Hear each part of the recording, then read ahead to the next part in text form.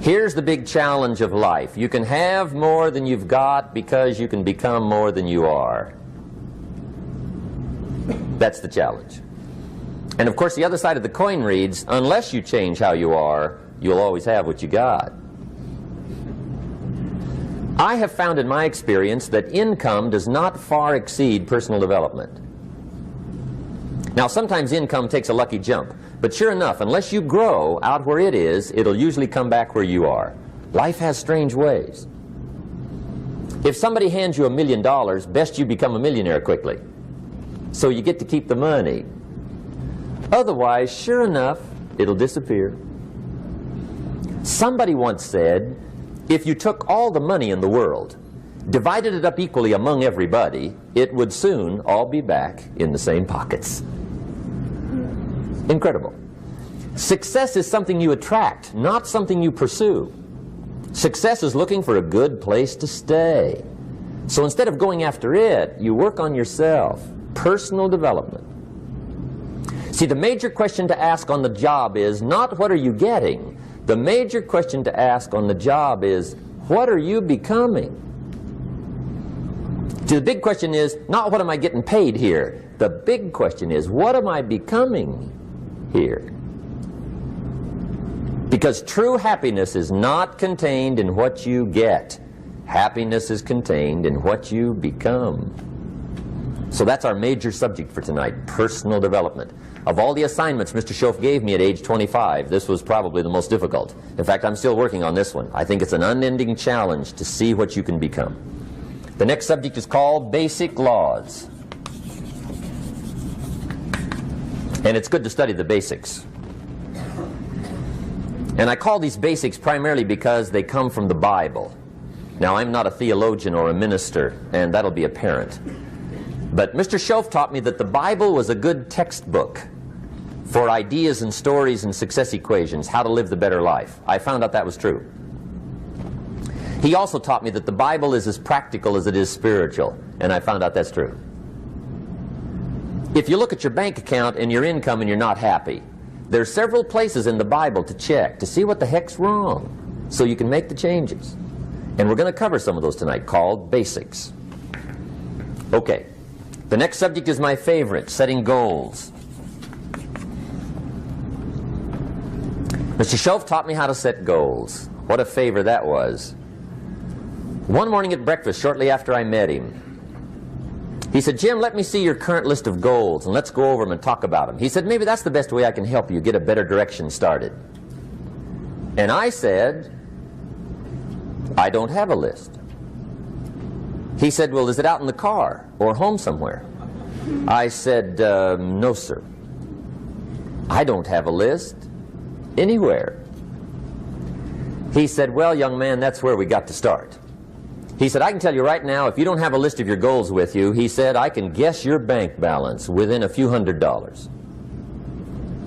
Which he did. And that got my attention.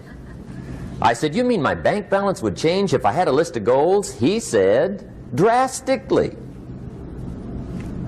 That day I became a willing student how to set goals.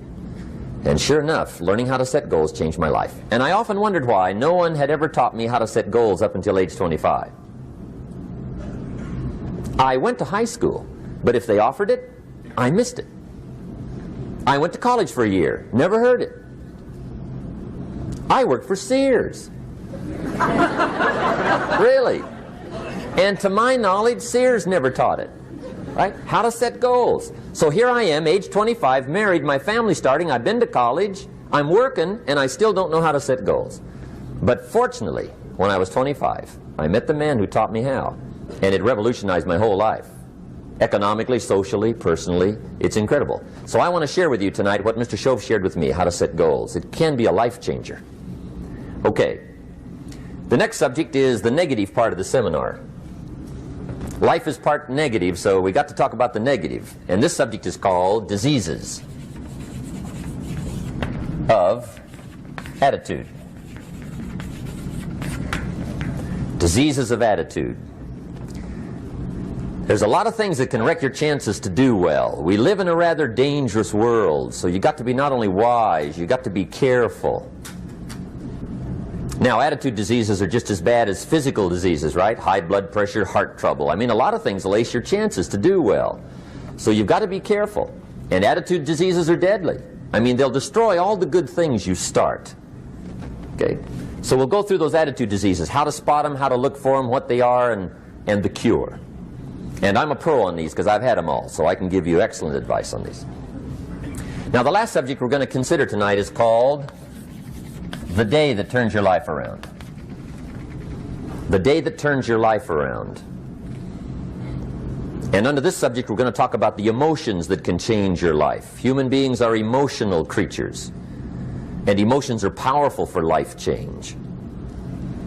Now, of course, emotions are so powerful they can go either way on you. Emotions can either build or destroy. So you really have to employ emotions properly. We call civilization the intelligent management of human emotions. If you can intelligently apply your emotions in the right direction, no telling what can happen. Could turn your life around one day would be sufficient. So we'll talk about those. Okay. Now that's a lot to cover in one evening, but we'll keep at it here and see if we can't get it all done. I'd like to have you now jot down the theme of the seminar. Every seminar should have a theme, I guess. We've got one. It's on some of our literature if you happen to notice it, but if you didn't, for your notes, here it is. The theme of the seminar goes like this: the major key to your better future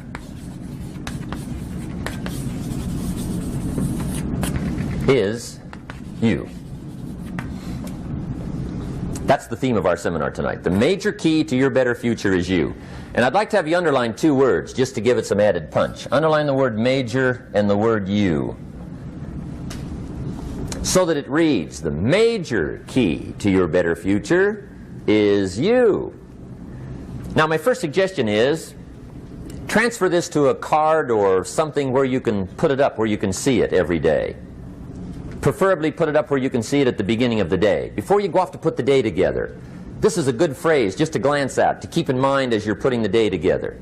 It's called the silent seminar. If you'll just let this talk to you during the day, I found it to be tremendously helpful. The major key to your better future is you. For a big share of my life now, I didn't have this one quite figured out. Among a lot of things I didn't have quite figured out. Many things used to puzzle me back in those early days. I used to wonder why two people could work for the same company, one make twice as much money. Now, see, that used to puzzle me. And maybe they were the same age, graduated from the same school, live in the same community, work for the same company, with the same products and the same services.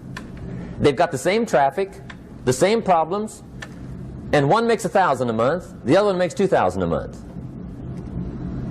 Now that was my puzzling question. Why would this long list be the same and the money twice as much? I asked, what's the difference between $1,000 a month and $2,000 a month? And I don't mean $1,000 a month, right? I could figure that out. But what makes the difference? Why would one person do twice as well, 3 times as well? Speaking economically. Now, I know there's more than one way to do well. I understand that. But in this little narrow area called compensation, what's the difference? Well, back then, with my faulty thinking, I'm trying to reason it out. I thought, well, maybe time makes some of the difference, right? Some people do better because they have more time. I used to say, Harold ought to be able to do well. He's got a lot of time. If I had all of Harold's time, I could do well. Now, that's got to be dumb, right? Number one, you can't get somebody else's time. A guy says to me one time, he says, you know, if I had some extra time, I could make some extra money. I said, then forget it. There isn't any extra time. Hey, when the clock strikes 12 midnight, that about wraps it up, right? I mean, you can look around the gongs there for a little more, but it's over. You say to the guy, what are you doing? He says, I'm looking for extra time. See, they'll come and take you away, right? There isn't any more time. Now, if you can't get more time, which you can't, what could you get more of that would make a difference in economic results? And here's the key word. Make it a part of your notes. We're going to consider it tonight. The word is value. And I have a little phrase for your notes. Value makes the difference in results. Value makes the difference. You can't get more time, but you can create more value. Now here's the first lesson of economics. Everybody should learn it from the time they're old enough to understand what a dollar means, how to earn one, how to get one, how to keep one, what to do with it. First lesson of economics. We primarily get paid for value. That's lesson one. Bringing value to the marketplace, that's how you get paid. You don't get paid for the time. I know it takes time to bring value to the marketplace, but you get paid for the value, not the time. Now, since that's true, here's one of the key questions of the evening. Is it possible to become twice as valuable at the marketplace and make twice as much money in the same time? Could you become 3 times as valuable? Make 3 times as much money in the same time? Is that possible? The answer is yes, if. And it's always if, right? Life is known as the big if. Harry Truman once said, life is iffy. How true. And here's the big if we're going to consider it tonight. It's possible to do much better at the marketplace if you go to work primarily on yourself. And that's the theme of our seminar tonight. Learning to work primarily on yourself. People have asked me for the last 24 years, how do you develop an above average income? And the answer is, become an above average person. Develop an above average handshake. Some people want to be successful, they don't even work on their handshake. As easy as that would be to start on. They let it slide, they don't understand. Develop an above average smile. Develop an above average excitement. Develop an above average interest in other people.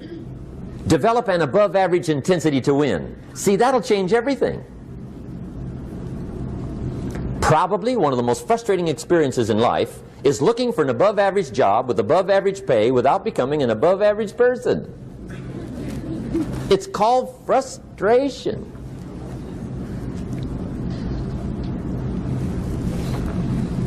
And Mr. Shoaff gave me probably the greatest clue he gave me when I first met him.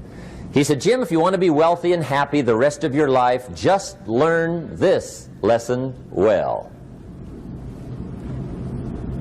He said, learn to work harder on yourself than you do on your job.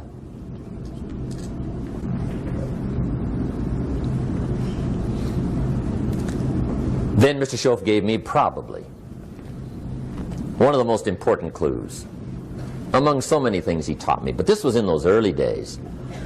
Mr. Shoaff was very kind, but he was also very abrupt. And he had these interesting questions to ask. I'm giving him a little rundown one day on how things hadn't worked out for me. He said, Mr. Owen, I've got the answer for you if you will listen carefully.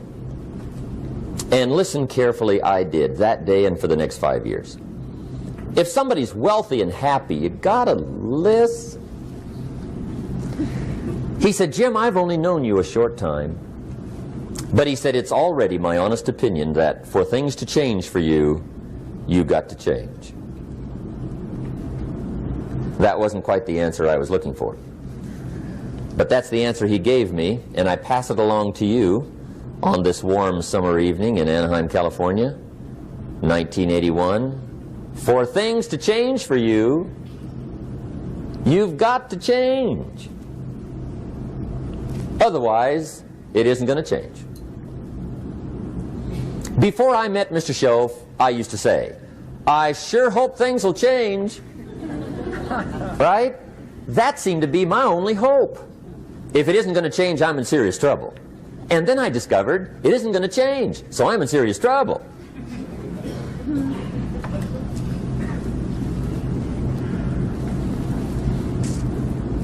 See, I can tell you what the 80s are going to be like. You have dropped into the right place. I did a seminar one time for Standard Oil executives and management in Honolulu. And we're having a conference one day on this big conference table. And one of them said to me, Mr. Rohn, you know some fairly important people halfway around the world. What do you think the 80s are going to be like? I said, gentlemen, I do know the right people. I can tell you. So they all listened very carefully. And I said, gentlemen, based on my wide experience, I can really honestly say to you, in my opinion, in the 80s, it's going to be about like it's always been. Aren't you glad you came? That's inside. I don't pass that around just everywhere.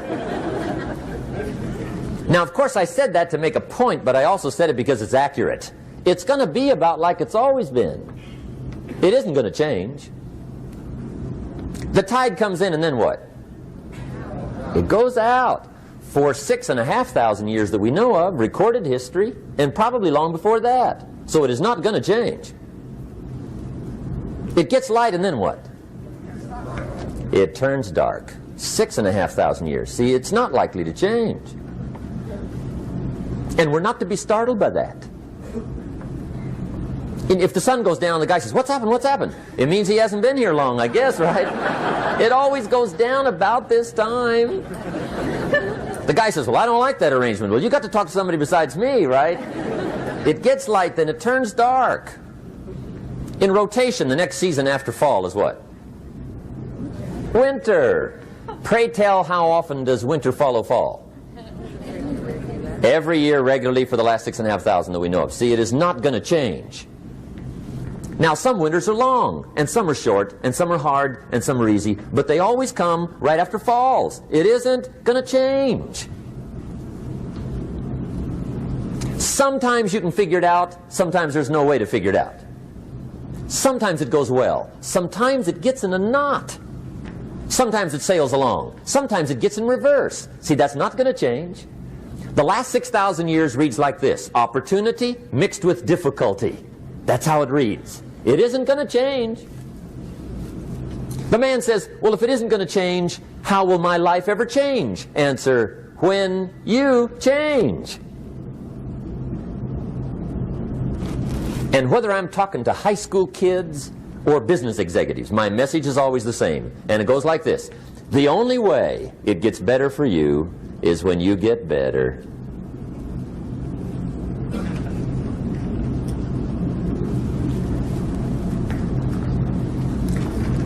Let me give you the 4 major lessons in life to learn. Here's 4 majors. It's good to study the majors. In our weekend seminar we teach, some people don't do well because they major in minor things. You've got to be on the lookout. At the end of every week, end of every month, you've got to check, make sure you're not spending major time on minor things. We go through that whole series. Majors and minors.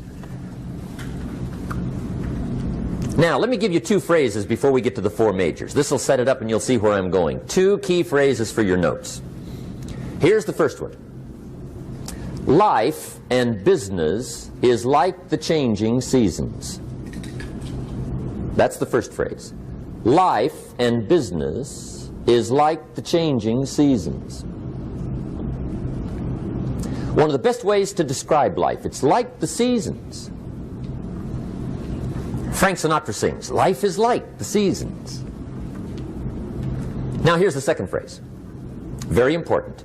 You cannot change the seasons, but you can change yourself.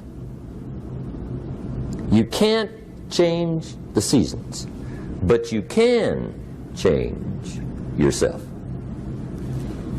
And see, that's how life gets better for you, not by chance, but by change. Now, here's the 4 major lessons in life to learn.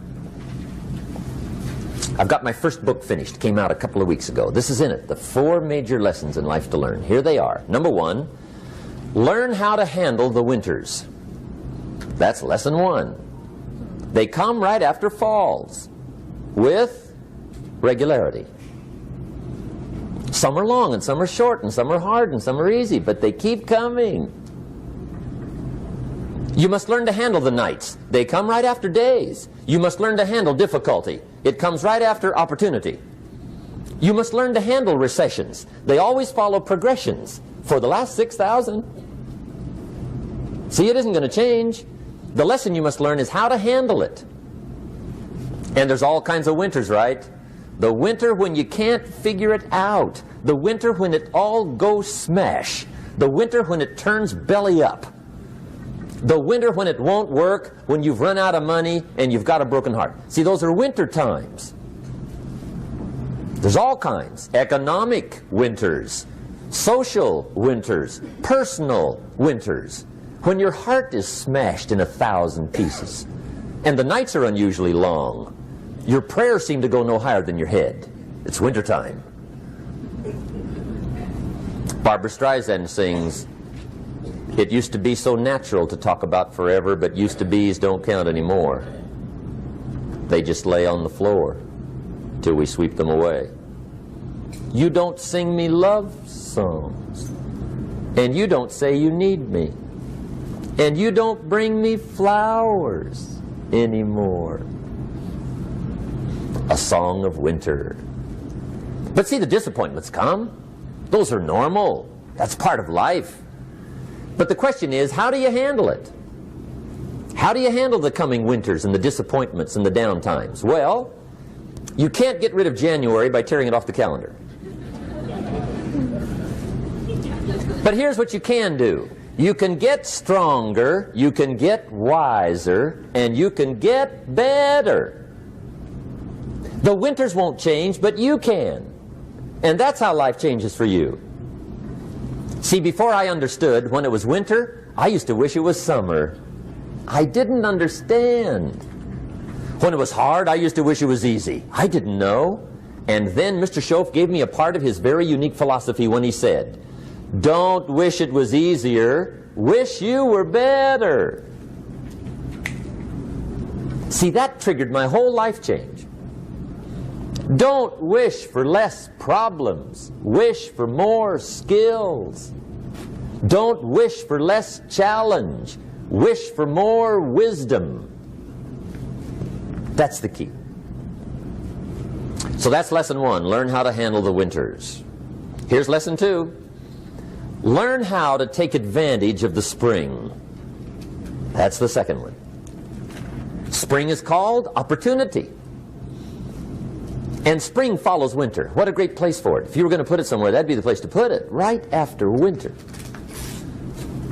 And pray tell, how often does spring follow winter? Every year with regularity, 6,000. You can almost count on it. See, opportunity always comes. Days follow nights. Isn't that terrific? Opportunity follows difficulty. But here's what you must learn to do. Underline these two words in that key phrase. Take advantage. Underline those two. You must learn to take advantage of the spring. See, just because spring rolls around is no sign you're going to look good come fall. You got to do something with it. In fact, you have to get good at one of two things in life. Planting in the spring or begging in the fall. Or get somebody to do it for you. See, those are about the only alternatives. Now here's what else you must do. Take advantage of the springs quickly, because there's only a few. Just a handful of springs have been handed to each of us. They don't come forever. Life is fairly brief. So you got to read every book you can get your hands on what to do with your springs while they're here. And take advantage, they soon run out. The Beatles wrote, "Life is so short." And for John Lennon, it was extra short. But life is brief. Elton John sings, "She lived her life like a candle in the wind." It's brief. So whatever you're going to do with your life, you got to get at it. Don't just let the springs pass. Here's the third major lesson in life to learn. Learn how to protect your crops all summer. You got to take care of what you start. Sure enough, as soon as you've planted your garden in the spring, the busy bugs and the noxious weeds are out to take it. And here's the next bit of truth. They will take it unless you prevent it. And that's the third major skill to learn. You've got to learn to prevent the intruder from taking all the good you start. It's one of the challenges. Here's two key phrases under number 3. First one, all good will be attacked on this planet. Maybe not the next one we get to, but on this one, all good will be attacked. Every garden will be invaded. Not to think so is naive. And here's the second phrase. All values must be defended.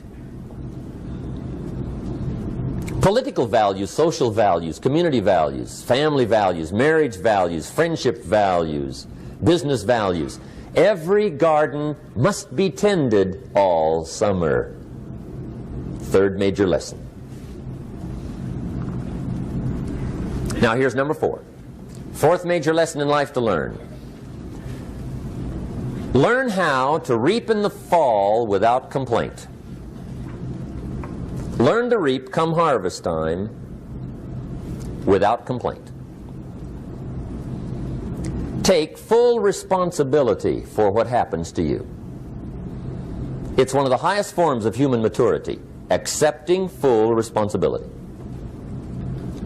It's the day you know you've passed from childhood to adulthood, the day you accept full responsibility. And another note, learn to reap in the fall without apology. Without apology if you do well, and without complaint if you don't.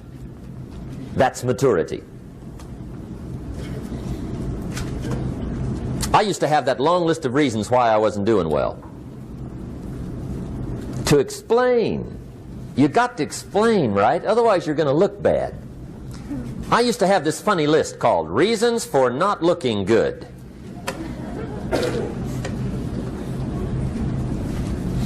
I used to blame the government. I mean, you can believe that or not. It was at the top of my list. I had a lecture second to none. The government. That was on my list. I used to blame taxes. Look what you got left after they take everything. And they expect you to do well. That was on my list there. Prices, that one's easy, right? You walk into the supermarket with $20, come out with a little half bag. So I had that on my list. I used to blame the weather. I blamed the traffic. I used to blame my car. I blamed the manufacturers. I used to blame the company. I blamed company policy. I used to blame the training program. I blame my negative relatives. They were always putting me down. I blame my cynical neighbors. They're just selfish, looking out for themselves. Won't loan you money? They were on my list.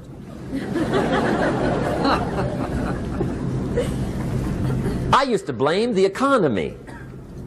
I blamed the community. That's a pretty good list for not doing well, isn't it? I thought it was good. I'll never forget one day, Mr. Shoaff was very kind, but he was also very blunt. And this was no exception. And I'm glad he was blunt. There's a lot of things I'd have missed if he hadn't have been blunt. One day, with sort of a curious look on his face, he said, "Jim, just out of curiosity, tell me, how come you haven't done well up until now?" Excellent question. I thought, well, so I won't look too bad, I'll go through my list. And this list I just gave you, I put that on him. And he was very patient. He let me go through the whole thing, the government, the weather. I went through this whole thing. When I finished, he looked my list over very carefully. He said, "Mr. Rohn, big problem with your list. You ain't on it." How brilliant.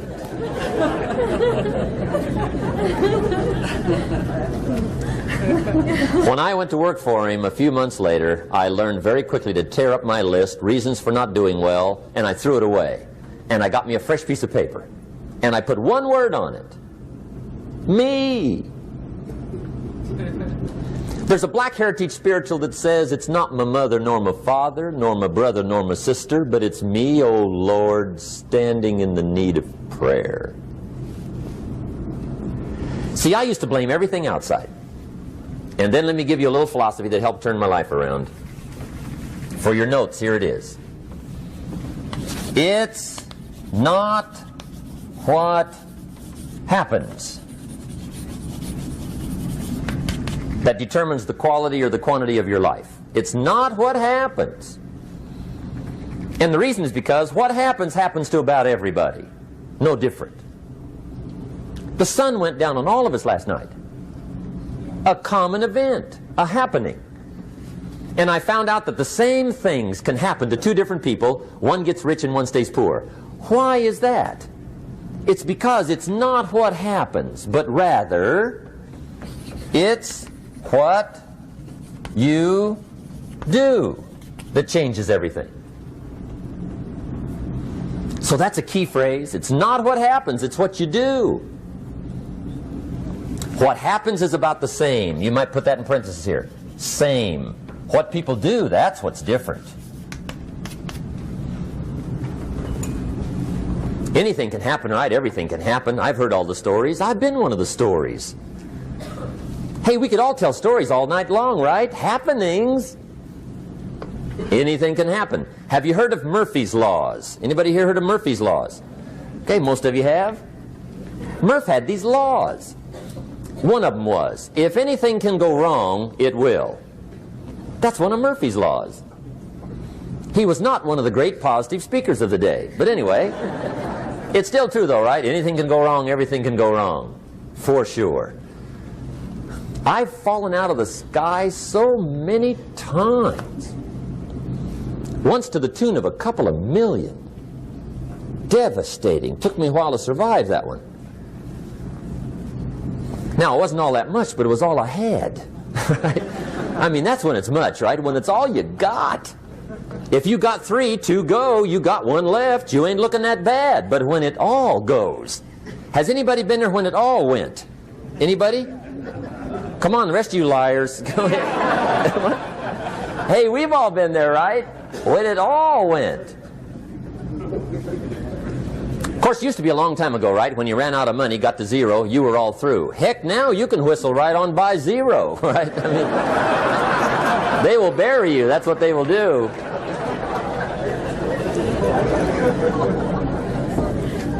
But see, those are the happenings, right? Everything can happen. Anything can happen. But it's not the happenings. It's what you do about it. Somebody says, yeah, but you don't understand the disappointments I've had. Come on. Everybody's had their share. Disappointments are not special gifts reserved for the poor. Everybody has them. The difference is what you do about them. It's not the weather. I used to blame the weather, and I discovered it rains on the rich. So see, that won't help. 2 men wake up one morning, there's a rainstorm on. One of them looks out his window, sees the rainstorm, and he says, wow, what a storm. With weather like this, they can't expect you to go out and make sales. He stays home. Same morning, the other guy looks out his window, sees the same storm, says, wow, what a storm. But he says, you know what, with weather like this, what a great day to go out and make sales. Most everybody will probably be home. Especially the salesman.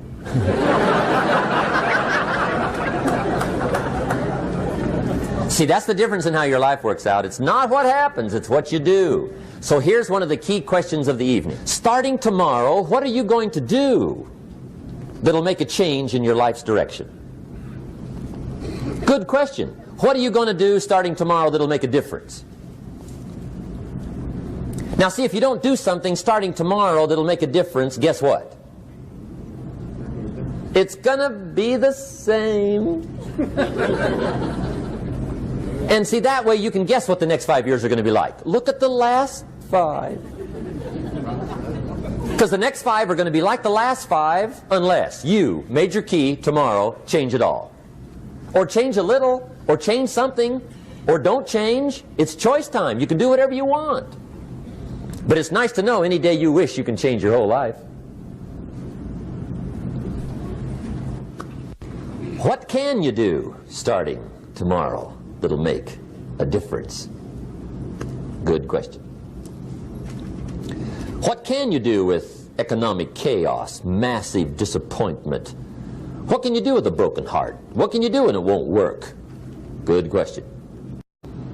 So if I had a word with you tonight, one-on-one, Just you and me.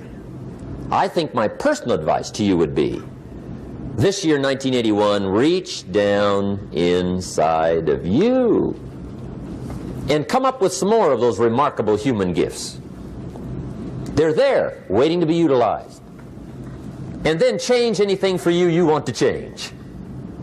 And I challenge you to do that because you can change. If you don't like how it is for you, change it. If it doesn't suit you, change it. If it doesn't please you, change it. If it isn't enough, change it. And I challenge you to do that because you can change. See, you don't ever have to be the same again after tonight, only by choice. If you don't like your present address, change it. You're not a tree.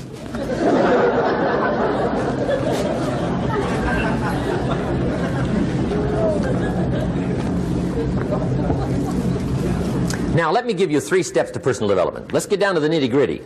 What does it take to really make the changes starting tomorrow? It takes more than philosophical pronouncement. I know that.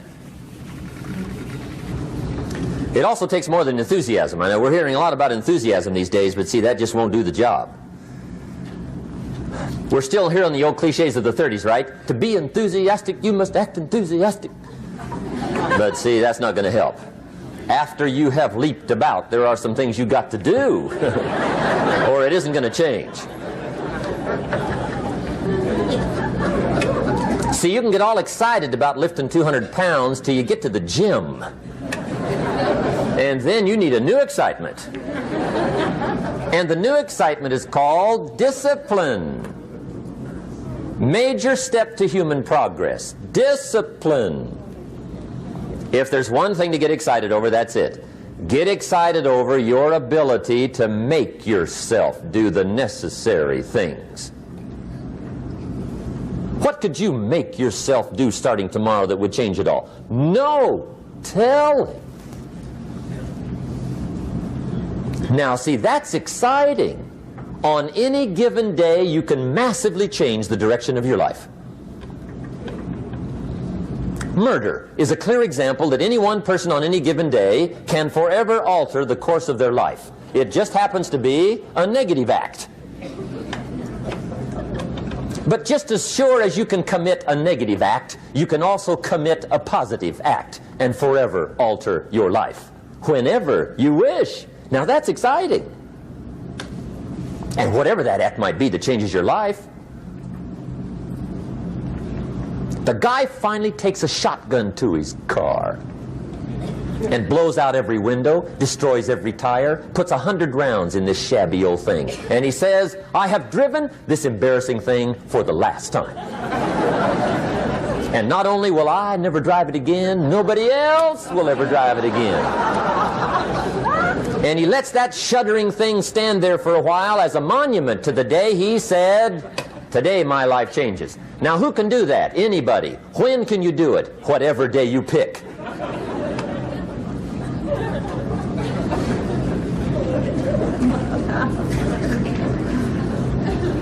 Now here's the key to discipline. Start with the little disciplines, get excited over the little disciplines, and get right on those, because those will lead to the big ones. You can't handle the big challenges in life unless you take on the little ones. Make a list of all the things you can do, get right on those, discipline yourself for those, both for the results and for the muscle and for the practice, so that when life hands you some big challenges, you'll be ready, you'll have the muscle. But see, if you don't handle the small ones, you can't take care of the big ones. Okay, here's what else it takes for life change. Self-motivation. Key phrase, self-motivation. I don't know why we call it self-motivation. It's really the only kind there is. You've got to motivate yourself. Because I found out you can't change people. They can change themselves, but you can't change them. Lord knows some I've tried. But see, it won't work. People have to change themselves. I learned some of those lessons early. I built a little sales organization way back in those early days. I'm 25. And I had some nice people. I said, I'm going to make these people successful if it kills me. I almost died, right? I mean, you can't do that.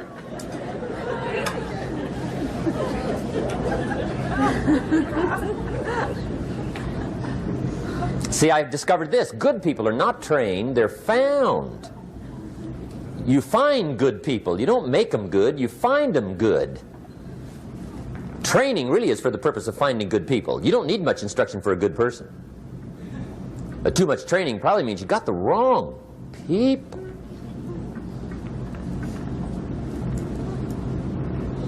So you got to find the right people. That's the key to getting a good job done. One of the major things we learn in management, lesson 1, don't send your ducks to Eagle School.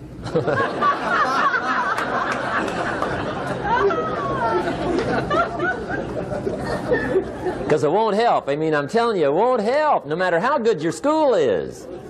And the little eagle badge and little eagle hat, I'm telling you, it won't help. It won't help. You can tell whether your school's done any good, right, is when it's over, right? The duck goes for his first rabbit and makes him a friend. You say, no, no, no. Anyway, so it takes self-motivation to really alter your life. And you don't want to give self-motivation away to somebody else and make it somebody else motivating you. The guy says, boy, if somebody just come by and turn me on. What if they don't show up? Right? See, you got to have a better plan for your life. Okay. Now, if you're excited and you're ready to change, let me give you 3 steps to start life change that can change your life, your personality, your lifestyle, everything can change. Here's the steps. Number 1, find out how things work. The first key to doing better is find out. To change your life, really, you need ideas. There isn't anything an idea can't change. And Shoaff taught me the major problem is lack of an idea, not a problem. At first I didn't have any money. I said to Mr. Shoaff, I don't have any money. He said, that's not a problem. Now see, up until then I always thought it was. Right? I was confused.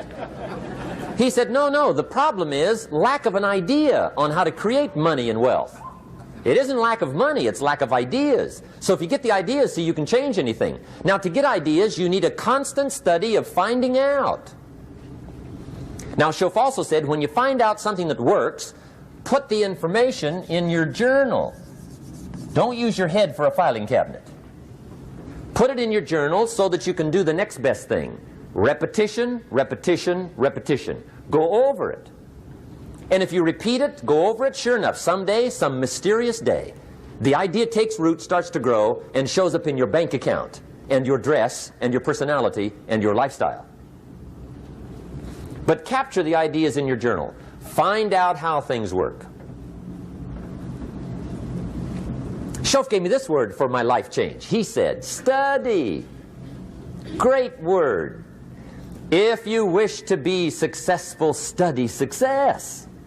If you wish to be happy, study happiness. If you wish to be wealthy, study wealth. Don't leave it to chance. Make it a study. Some people just go through the day with their fingers crossed. See, that won't do it. You've got to study the things that can change your economic, social, spiritual, personal life. Now here's a qualifying phrase. And we'll have several of these qualifying phrases throughout the seminar. Here's the first one. You may not be able to do all you find out. I understand that. You may not be able to do all you find out, but you should find out all you can do.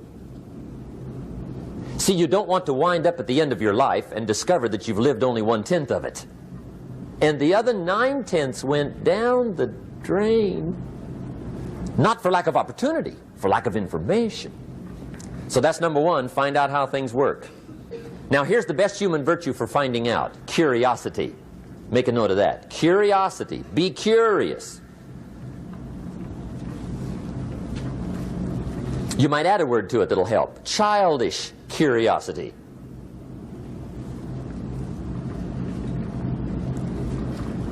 What will kids do if they want to know something bad enough? Bug you. That's the phrase. They can ask 1,000 questions. You think they're through? They got another 1,000.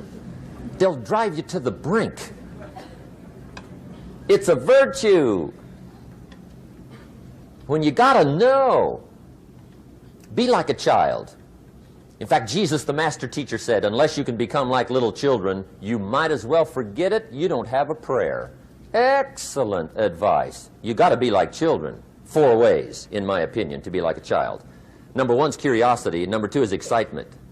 Get excited like a child over your ability to make yourself do anything for change. 3rd is faith. Have faith like a child. Adults are too skeptical. And 4th is trust. Trust is a childish virtue, but the rewards are incredible. So be like a child.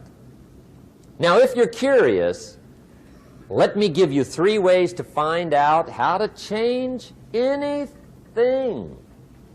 Any life direction, any dimension. Here's 3 ways to find out how to change anything. Number 1 is to read. Become a good reader. All of the successful people I know and work with around the world, they're all good readers. Curiosity drives them to read. They got to know. They just read.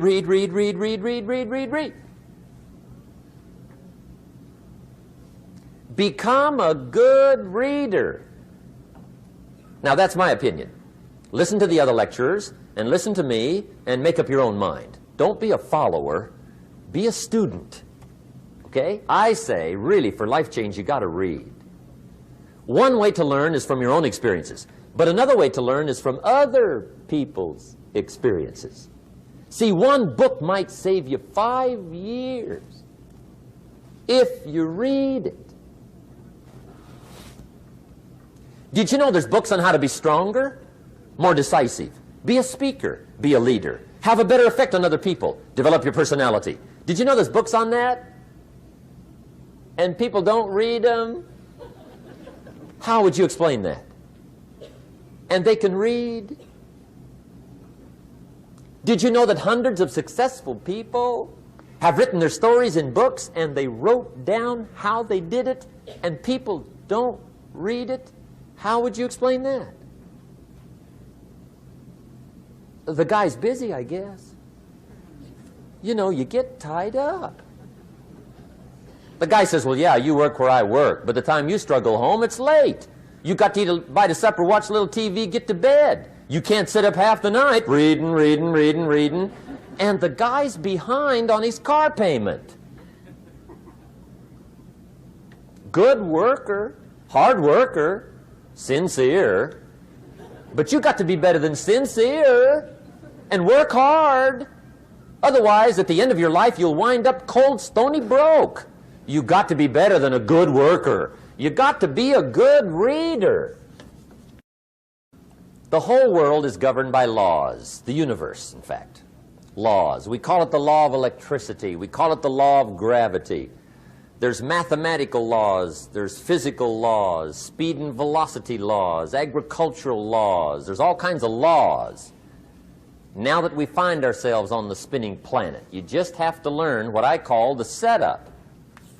Learn the setup. Life's setup. Now, we didn't set it up, but we're here, so you got to learn it. And we should learn the setup for 2 basic reasons. Number 1, to keep from getting hurt. It's one of the major reasons for learning, so you won't get hurt. See, economically, socially, personally, you can get hurt just not knowing. Ignorance is not bliss. Ignorance is poverty. Ignorance is tragedy. You got to know, or you're going to get hurt. It's good to know not to walk out the 10-story window. That's excellent information.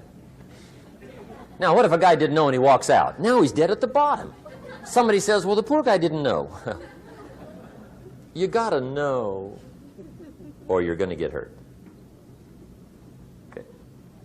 Now, here's a parenthesis. You don't have to like the setup. I don't ask you to like how it is. That's not what's important. But it is important to learn how it is. Okay? So you don't have to like it, but you should learn it. That's what I tell the kids, right? Make sure you get the information. What you think about it, that's up to you. What you're going to do with it, that'll soon be up to you. But make sure you get it. See, there's nothing worse than being stupid. Nothing. I mean, being broke is bad, but being stupid is awful. And what's really bad is being broke and stupid, right? That's about the end of the world. I mean, there isn't anything much worse than that. Unless you're sick. Sick, broken, stupid. I mean, that is it, right? There's nowhere else to go. So make sure you get the information. It's key. You don't have to like it, but learn it. If this big monstrous thing lifts up in the sky, hangs there for a little while, cuts loose, comes crashing down, boom, shakes the ground for 5 miles. And then this big monstrous thing lifts back up in the sky, hangs there for a little while, cuts loose again, comes crashing down, boom, shakes the ground for 5 miles. It just keeps doing it, this big monstrous thing, lifting up and then crashing down, boom. Now, you might come along one day and say, that's got to be a stupid arrangement, which is okay. You're entitled to your opinion. But the first thing you should learn to do is get out from under it, right? That's number one. You might have a great moral argument. You might want to shake your finger at the sky, but do it from over there, right, so you don't get smashed. It's called your basic smart. So number one, learn so you won't get hurt. Whether you like it or not, learn. Now here's the second reason for learning, the setup, to benefit. It's called the plus of life. And that's what life is, right? Both minus and plus. The minus is tragedy, heartache, misery, failure, unhappiness. But life is also happiness, prosperity, good feelings. So here's the key. Learn to get on the good side of the way things work.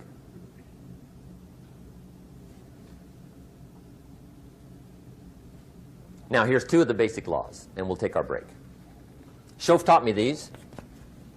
They come from the Bible. Now, again, I'm an amateur, okay? When it comes to the Bible, I'm not a pro. So you'll sort of have to take my way of putting it. But here they are. The first one is the law of use. The law of use. And it goes something like this. Whatever you don't use, you lose. Lack of use causes loss.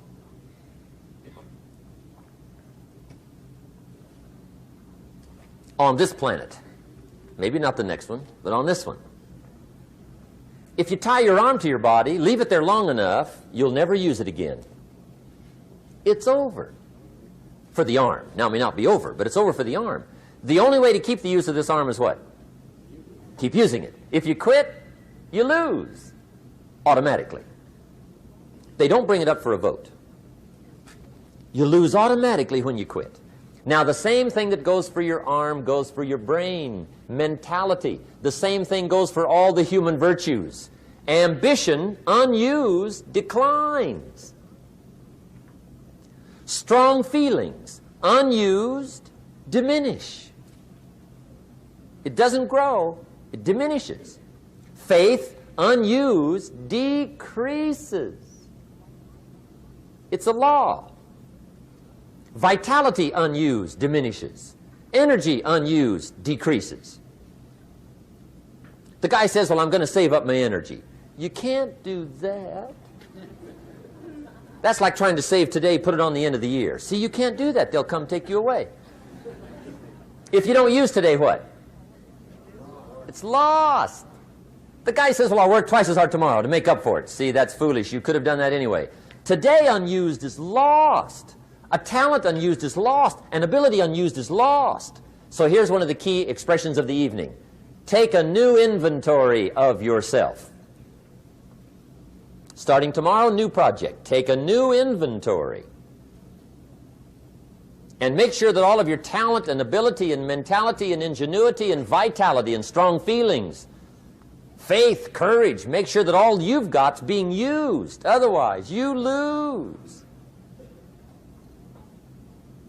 Now, one of the best illustrations of the law of use is a Bible story called The Parable of the Talents. The talent story. Interesting story if you haven't read it in a while. Just review it. It's a good story. An ancient story. It says there was a master with 3 servants. He got them together one day and he said to the 3, I've got these talents. And in those ancient days, a talent was a measure of gold. And he said to the 3 servants, take these talents and see what you can do with them while I'm gone. He said, I'm taking a journey and I'll be gone for a while. When I come back, we'll get together, go over the book, see how you did. He said, here's 5 of these talents for you. 5. Here's 2 of them for you. 2. And here's 1 for you. 1. The master said, take those talents, see what you can do with them. When I come back, we'll get together, we'll go over it all. The servant said, okay, master takes off. According to the ancient story, the master comes back from his trip. When he gets back, he gets the 3 servants together, and as he said he would, he asks, how did it go with those talents? You were 5. What happened? That servant said, well, I took the 5 talents you gave me, and I put them to work. A little shaky at first, but he said things finally got rolling. And he said, I poured it on. And he said, my talents grew to 7, 8, 9, 10. He said, I doubled my talents from 5 to 10. Books will show. Master said, one heck of a job. Or something like that. He said, I gave you 2 talents. What happened? That servant said about the same thing happened to me. I put those 2 talents to work, poured it on. They grew to 3 and then to 4. He said, I doubled my talents from 2 to 4. Books will show. Master said, well done. He said, I gave you 1 talent. What happened? That servant said, well, I took the talents you gave me, and I carefully wrapped it, and I dug a hole and buried it. And camouflaged it, I suppose, right, so nobody would steal it. And he said, fortunately, nobody got it. And he said, I knew you were going to be here today, so I dug it up. Here it is, safely wrapped. I did not lose it while you were gone. According to the ancient story, the master said, take that talent away from him and give it to the man that's got 10. Now you might say, well, I don't like that arrangement. The poor guy's only got 1 talent. He's already got 10. It ought to be more even. Remember, I didn't ask you to like it. But this one I would ask you to learn, because it simply means whatever you do not employ, you forfeit. It's a law. So learn well the law of use. Now here's the second one, and we're going to take our break. Second law from the Bible. This one we've heard since we were small, I'm sure. It's called the law of sowing and reaping. In fact, we've probably heard it so often we could quote it. It says, whatever you sow, what? You shall reap. Fairly blunt, hopefully clear. Here's my first suggestion on the law of sowing and reaping. Don't try to beat it. You might as well try sitting on the sun in the morning. Keep it from coming up. You'll have better luck. Whatever you sow, you reap. Now, for a fair share of my life, I'm a bit mixed up on how all this applies. Among a lot of things I was mixed up on. I knew I wasn't reaping too good. That I understood.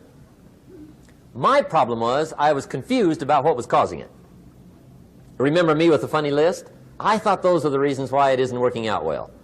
And then Mr. Schoaf gave me the clue that helped me figure it all out. He said, Mr. Owen, I have another answer for you. There's another way to quote this law that'll show you where the problem is so you can go to work on it right away. All you need to know is where the problem is. Then you can go to work on it. So he quoted me the law another way, and I found out what my problem was. Here's the way you quote the law. Whatever you reap is what you've sown. Now I knew what my problem was. Whatever you reap is what you've sown. If you don't like the crop, who do you look up? Answer, whoever planted it. And where do you find who planted your crop? Answer, in the mirror. What I finally learned to do come fall was to go to the mirror. That's where you go. And if necessary, you say, a few skinny carrots? I got to be unimpressed. Where were you last spring? Asleep. Didn't you read the books? Did you break your hoe? Let me give you 7 key points to the law of sowing and reaping. Let's tick right down through the list of 7, and it'll be break time. 7 points to sowing and reaping. Here's part of the philosophy that really helped me to make some changes in life direction. Number 1, the law of sowing and reaping is negative. That's number 1, which simply means if you sow bad, you reap bad. Now, this is kind of 3rd grade, but it doesn't hurt to go over the basics. If you plant thistle seeds, you don't get pumpkins. Honest, no use looking for pumpkins. John says, how come no pumpkins? Come on, John. The law's negative. That's how come. Now, here's number 2. The law's positive, which simply means if you sow good, you reap good. If you plant pumpkin seeds, you don't get thistles. Not from pumpkin seeds. Mother Nature won't pull tricks on you over in the corner snickering and pushing new thistles and you planting pumpkin seeds. She won't do that. You will get pumpkins from pumpkin seeds, and the reason is because the law is positive. Now, here's number 3. I got excited when I found out the full dimension of this. See, you do not reap what you sow, but rather you always reap much more than what you sow. So the 3rd key word is more. You don't get back what you put out. You get back much more than what you put out. And it works both positive and negative. On the negative side, it said, if you sow to the wind, you reap the whirlwind. So you've got to get ready for that, or you will be naive. See, anybody can, whether you will or not. See, that's the question. And here's a good question to ask. We are all buying somebody's plan. The question is, whose? Who's got you talked into doing what you're doing? Who's got you talked into your present plan? See, 10 years from now, you will surely arrive. The question is, where? But see, anybody, if you want to, can go searching for a good plan, pick it, and start working it. And sure enough, as the time passes, as it surely will 5 years from now, 10 years from now, then you'll be winding up wearing what you want to wear, driving what you want to drive, living where you want to live, become what you want to become. But now's the time to fix the next 10 years. And who can? Anybody. Here's number 6. The 6th key to sowing and reaping. This is leveling with you now, as we promised to do. There's one thing better than the truth, and that's the whole truth. And here's part of the whole truth of the law of sowing and reaping. Number 6 is, you could lose. There are times when you just lose, no matter what you do. It's that kind of planet. You reap what you sow. Yes, but... What does that mean? Yes, but... Well, the farmer plants his crop in the spring, takes care of it all summer, loves his family, works 10, 12 hours a day, 6, 7 days a week, is an honorable man. Come fall, he's got a beautiful crop, and he deserves every bit of it. But the day before he sends the combines into the field, a hailstorm comes along and beats it all in the ground, which means you lose. Somebody says, well, what did he do wrong? Answer, nothing. It's just that kind of planet. Sometimes it's going to hail on your crop and rain on your parade, so you got to get ready for that or you will be naive. That's just part of the life arrangement. And don't press me why. I was not in on some of the original decisions here, so I don't know how it got set up. But there's just times, sometimes you lose. That's part of life. But now here's number 7. The 7th key to sowing and reaping. And it goes like this. It's just another way to quote the same law. And it goes like this. If you don't sow, that's just another way to quote the law. If you don't sow, what? You don't reap. You don't even have a chance. So if you looked at your game plan tomorrow, you might come to the quick conclusion, I got to get some sowing going. How true. Get you some sowing going. And remember, you've got plenty of time. You've got all the time there is. Some people spend enough TV time to make a fortune. The latest article on television watching in this country, according to the latest article, the average television is on in this country in every household 7 hours a day, called the Big 7. I asked a guy one time what his TV cost. He said about $450. I said, you forgot to look at the price tag. He said, what do you mean? I knew he was a TV watcher. I said, that television costs you, in my opinion, at least $12,000 a year. To watch it, not to own it. Owning it's cheap. Watching it is what's expensive. And I said, hey, $12,000 a year is too much to pay to watch TV. That's too much. Pay a little, but not $12,000. And he's the guy that said, I hope pay TV never comes.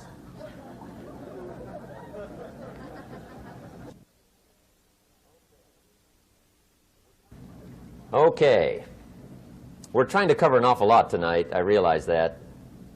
But my time schedule is such that we just have to sort of give it all to you and let you sort the rest out. I wish we had plenty of time for questions and answers and that whole thing, but our time is just limited. But we are trying to go through an awful lot. I realize that.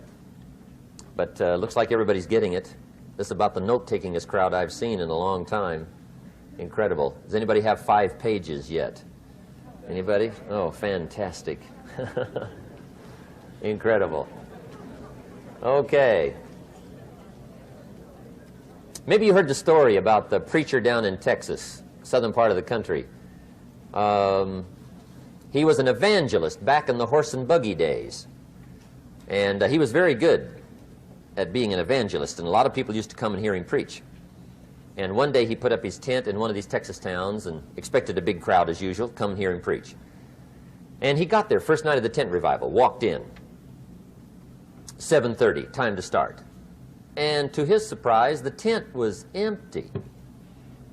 He thought, well, something must be drastically wrong.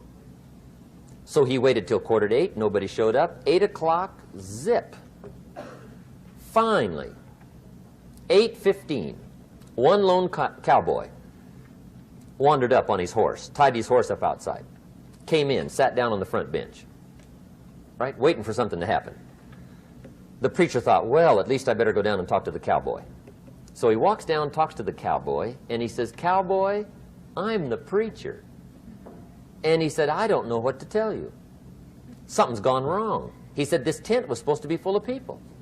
He said, I'm embarrassed. He said, you're the only one that showed up. And he said, I really don't know what to do. And the cowboy said, well, I'm not a preacher, so I really can't tell you what to do. You know, he said, I'm just a cowboy. But he said, I know this, if I went out to feed my cattle and only one showed up, I'd at least feed it. The preacher thought, hey, the cowboy is right. If you've got a good idea to share, you should share it, if there's 1 or 1,000. So he got kind of inspired by this conversation, and he jumped up on the platform and started to preach, as if the tent was full of people, just exploded. And he went for an hour and 15 minutes, just kept rolling. Finally, he quit.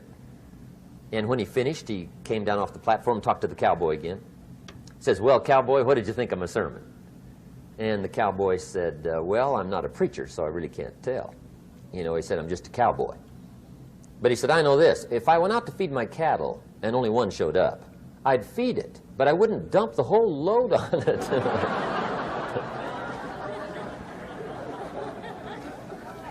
So anyway, if it seems like we're dumping the whole load tonight, I guess we are. But gosh, everybody's doing well. I'm having a good time. I appreciate the response here tonight. Okay, the next subject is setting goals. Let me show you what turned my life every way but loose. Mr. Shoaff dropped this idea on me, changed me completely. Setting goals. Here's what can easily happen if you don't set goals. It's easy to let life deteriorate into making a living instead of designing a life. And we all have a choice: make a living or design a life. It's easy to get trapped by economic necessity and settle for existence rather than substance. That's easy. But the best advice I can give you on how to break out of that trap is to learn how to set goals. Mr. Shoaff put it to me this way. He said, Jim, if you had enough reasons, you could do the most incredible things. I never forgot how he put that. If you have enough reasons. See, reasons will change your whole life. Mr. Shoaff said to me, he said, Mr. Rohn, I think you've got plenty of intelligence, you've got plenty of talent, you've got plenty of ability. Probably what you lack is plenty of reasons. He said, I don't think your current bank balance is a true indication of your level of intelligence. I was happy to hear that. He said, I think you're much smarter than your present bank balance indicates. And that turned out to be true. I was much smarter. But of course my first question was, well then why isn't it bigger? And he said, you don't have enough reasons. You've got enough intelligence, but not enough reasons. So see, reasons can change your life. Here's what else I found out.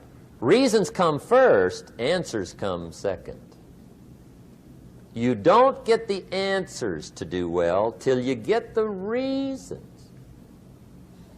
Life has a mysterious way of hanging on to all the answers and only gives them up to the people that are inspired by reasons. So reasons make the difference in how your life works out. Now, what are some of the reasons for doing well? Let's go through a quick list called Reasons for Doing Well. First is personal reasons. Some people do well for recognition. Some people do well for respect. Some people do well for the way it makes them feel. They love the feeling of being a winner. Those are good reasons. I have some millionaire friends that keep working 10, 12 hours a day, making more millions. And it's not because they need the money. It's because they need the joy and the satisfaction and the pleasure that comes from being a constant winner. And see, it's not just the money anyway. It's the journey, not the money. Once in a while somebody says to me, boy, if I had $1 million, I'd never work another day in my life. That's probably why the good Lord sees to it they don't get their million, right? They'd quit. They'd quit. Okay. Next is family reasons. Some people do extremely well for other people, and that's powerful. Human beings can greatly affect each other.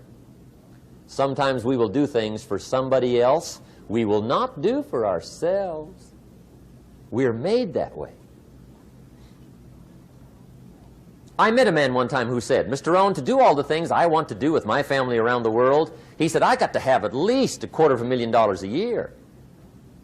I thought, incredible. Could a guy's family affect him that much? And the answer is, of course. How fortunate are the people that find themselves greatly affected by somebody for personal achievement. And we are affected. The writer of a recent song said, "If not for you, the winter would hold no spring, couldn't hear a robin sing. I just wouldn't have a clue if not for you." So we can be affected. That might be one of the most stimulating reasons to do well, finding somebody. When Andrew Carnegie died, the wee little Scotsman that built the big steel industry, when he died, they opened up his desk, and in one of the desk drawers, they found a slip of paper. On that piece of paper, Mr. Carnegie had written his goal for his life, and he wrote it when he was in his 20s.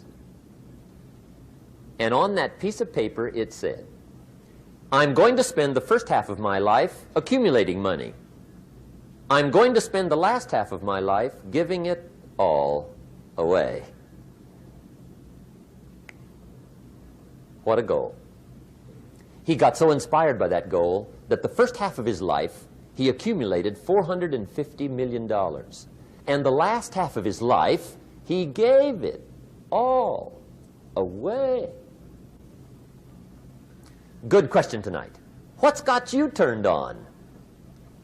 What's got you bombed out of sight to get up early and stay up late and hit it all day? Next question. What's got you turned off? When I found the answers to those two questions, my life exploded into change. I finally found out what had me turned off, and I got that cured. And then I got me a long enough list of reasons to turn me on. And once the lights went on for me, age 25, they've never gone out. I've fallen out of the sky a few times, but I've never lost that drive to make something unique out of my life. See, reasons altered my whole life. Now, there's another list of reasons called nitty-gritty. Hard little reasons. Sometimes those little reasons are the most powerful reasons that can change your life. Sometimes it doesn't take much. I now carry several $100s in my money clip.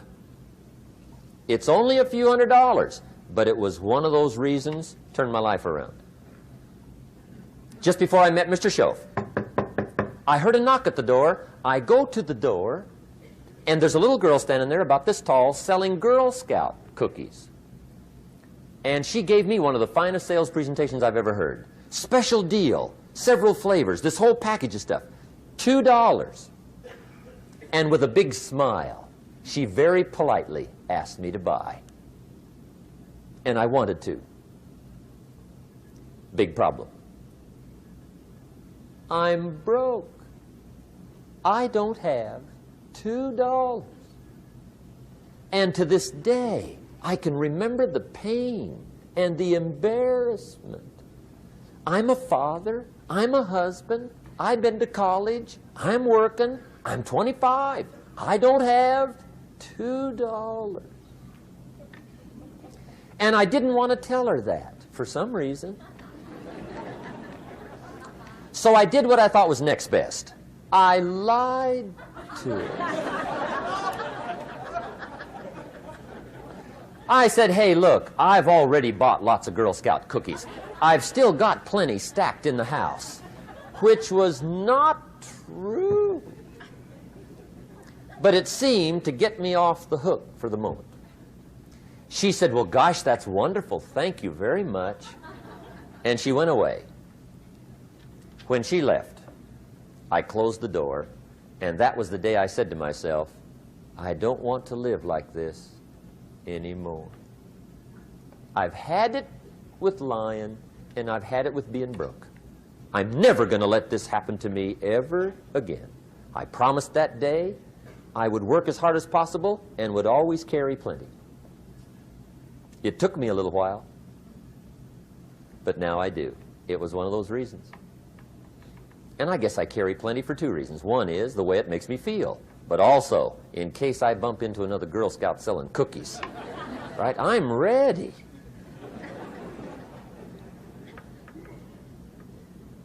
I walked out of the Bank of America one time up in Saratoga, California, where I used to live. Two little girls selling candy right outside the bank. Good place. Some girls' organization they're working for, right? I come walking out of the bank. This first little girl walks up to me. She said, "Mister, would you like to buy some candy?" I said, "I probably would." "What kind is it?" She said, "It's almond roca." I said, "My gosh, that's my favorite." She said, "Wonderful." I said, "How much is it?" She said, "It's just $2. I thought, incredible. I said, "How many boxes of that candy have you got?" She said, 5. And her little friend was standing there. She was selling candy too. I said, "How many boxes have you got?" She said, "I've got 4. I said, "That's 9. I'll take them all." They said, "Really?" I said, "Yeah, it's my favorite. I've got some friends. I'll pass them around." They got so excited, put all this candy together. I reached in my pocket, gave them the $18. When I've got the candy and they've got the money, that first little girl looks up at me. She says, "Mister, you are really something." How about that? Can you imagine only spending $18 and have somebody look at you in the face and say, "You are really something"? Now you know why I carry heavy, right? I'm not going to miss anymore. It was just one of those reasons. Helped to change my life.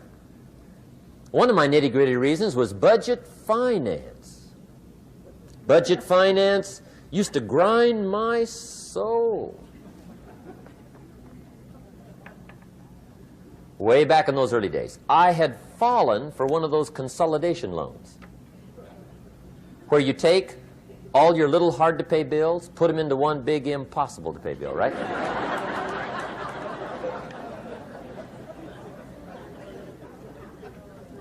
I would get 4 or 5 payments behind. This one guy used to call me day and night. I don't think they're allowed to do that anymore. Harassed me. Threatened to run me in front of the judge. Threatened to ruin my credit. Threatened to embarrass my family. One day he said, "We're going to come get your car, drag it rear end up down the street in front of your neighbors." The guy even called me a flake. And back in those days, I'm broke, I'm pitiful, there's nothing I can do about it. But I never forgot how the guy treated me. And when I met Mr. Shoaff and I got my life straightened out and the money started to flow, that was one of my first projects, budget finance. I poured it on day and night. I finally put all the money together I owed him, which was considerable. I picked a day for the payoff. And when the payoff day came, I put the money in small bills in a big briefcase. And I walked into the budget finance office on Wilshire Boulevard in Los Angeles. The guy who harassed me so often, his desk was about 3 back. I walked right up to his desk, startled him. He wondered what I was doing there. It was the first time I'd been there since I borrowed the money, right? Without saying a word, I opened up this briefcase, dumped this pile of money all over his desk. I said, "Count it. It's all there. I will never be back." And I turned around and stormed out. Now, that might not be noble, but if you haven't tried it, you've got to one time.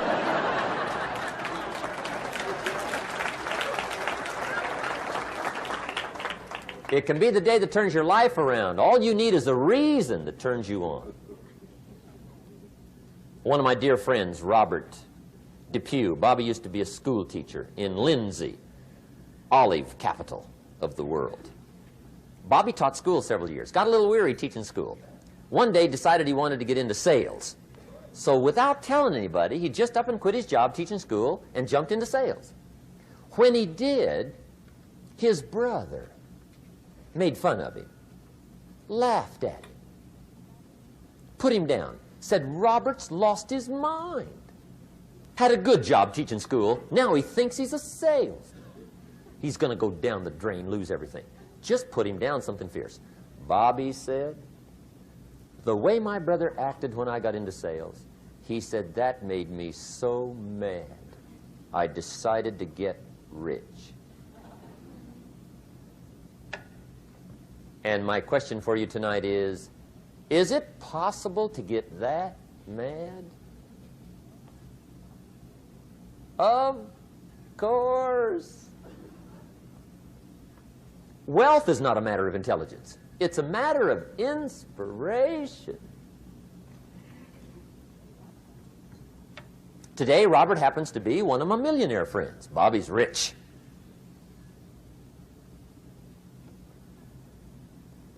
Frank Sinatra said one time, the best revenge is massive success.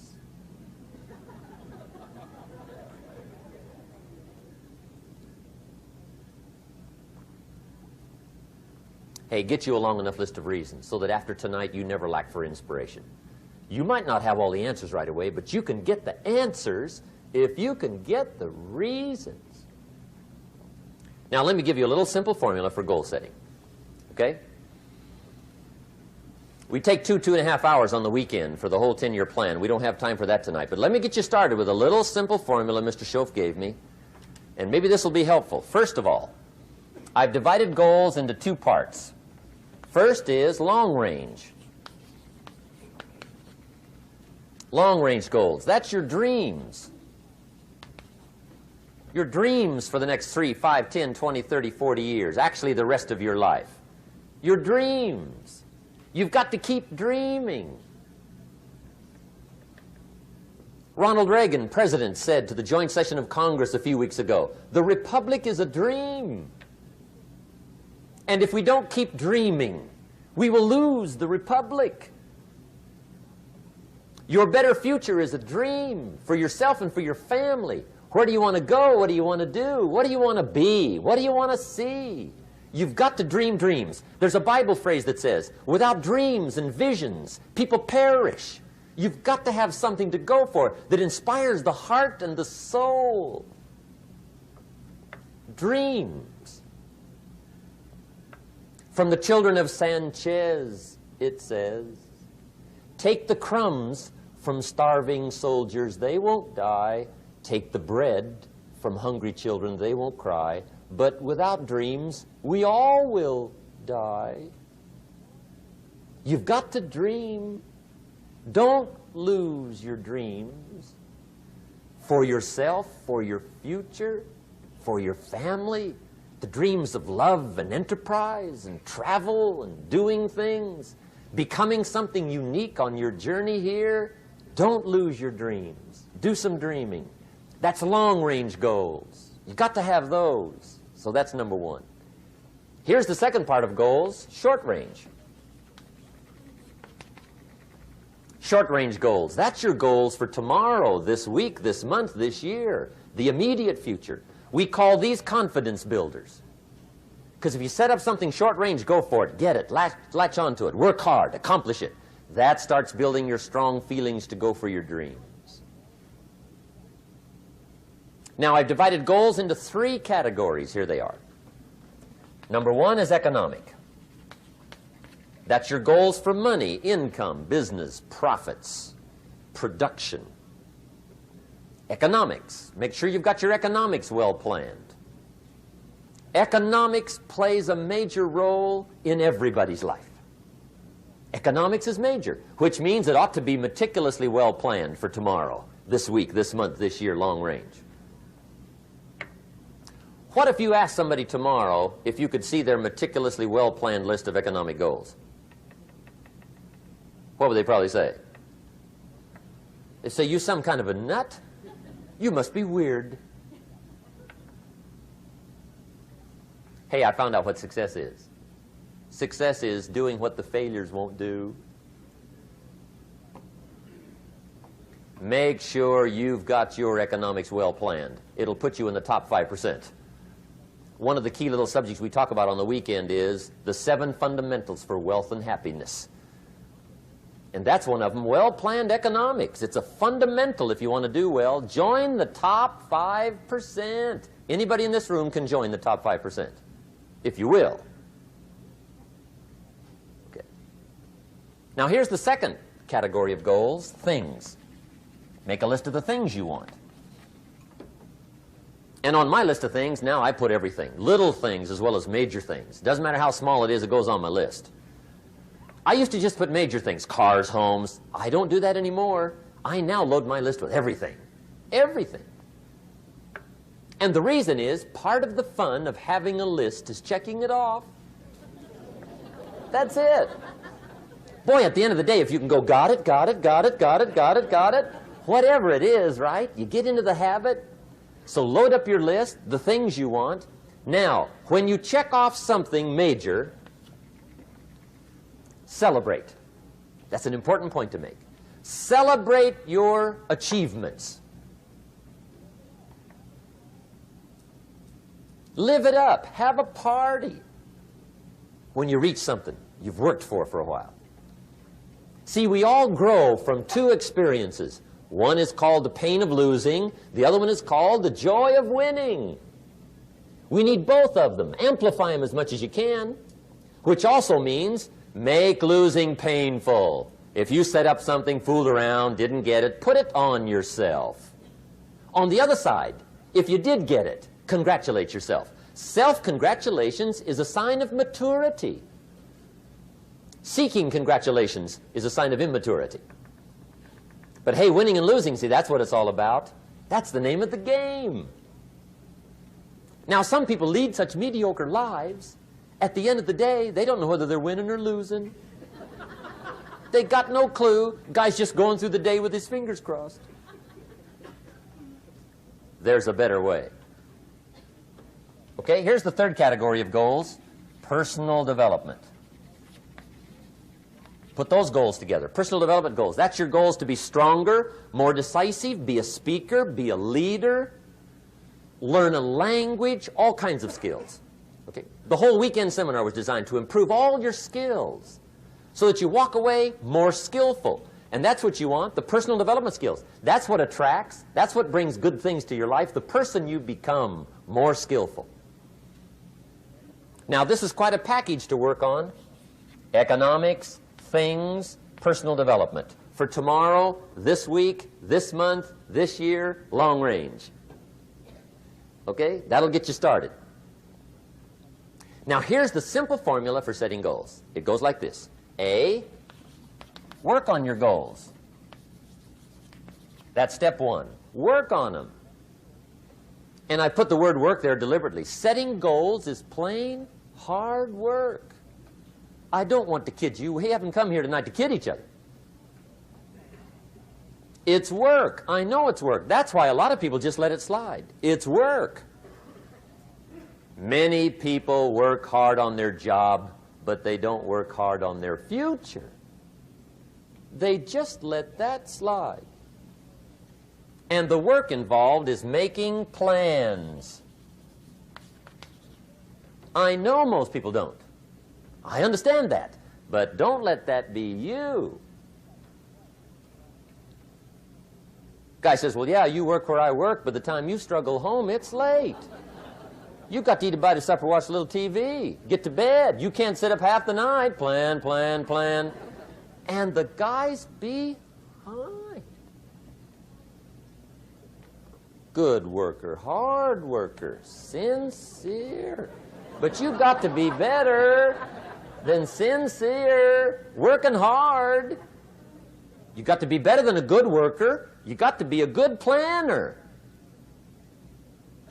Somebody once wisely said, the people who fail to plan are planning to fail. Well said. So work on your goals. Here's step 2. Write your goals down. That's so important. I teach my staff around the world, put your goals in your journal. Because one of the major people you want to study is yourself. Say, here's the list of goals I put together 3 weeks ago. Here's the list of goals I put together 2 years ago.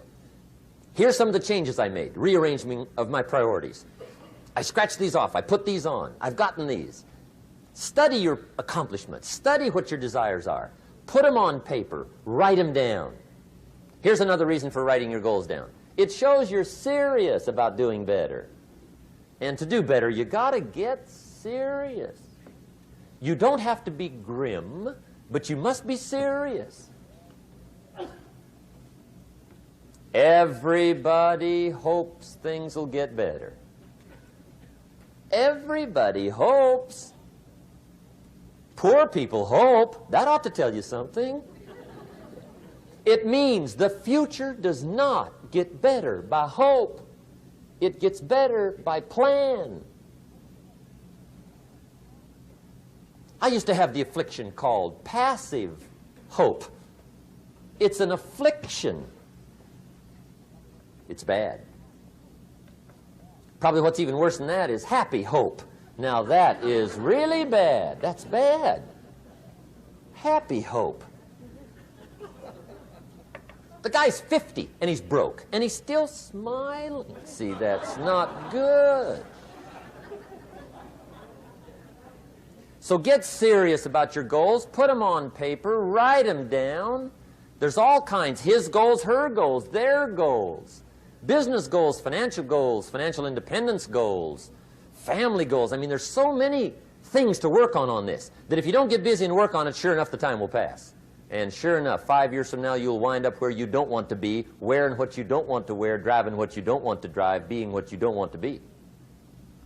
Now's the time to fix it. Now, here's the third step to your goals. Check the size of your goals and the kinds of goals. How big they are, what kind they are, affects you. And here's one of the important phrases of the evening. Your goals are affecting you, whatever they are. Your goals affect your handshake. Your goals affect your attitude, personality. Your goals affect the way you walk, the way you talk, the way you dress. All day long, we're being affected by our goals. Now, some people have goals, but they have such lousy goals. The effect is bad. I asked a guy one time, what are your goals for this month? The guy said, look, if I could just scrape up enough money to pay these lousy bills. That was his goal. I'm not saying it isn't a goal. It's a goal, but it's such a lousy goal, the effect is bad. You don't jump out of bed on Monday morning and say, oh boy, another chance to go out and scrape up the money to pay my lousy bills. See, you don't do that. Usually you say, oh, not another Monday.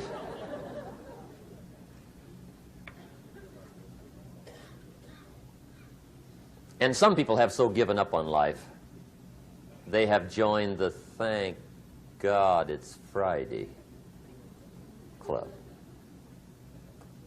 How sad. Surely those are the same people, when life is over for them, will say, thank God it's over. Let me give you a Bible philosophy that teaches how to get whatever you want. That's the title of the next set of notes. How to get whatever you want. From the Bible. Now again, I'm an amateur when it comes to the Bible. I'm not a pro. But this I can quote, and I think that'll be sufficient. How to get whatever you want. Here's what it says if you're ready. It says, ask,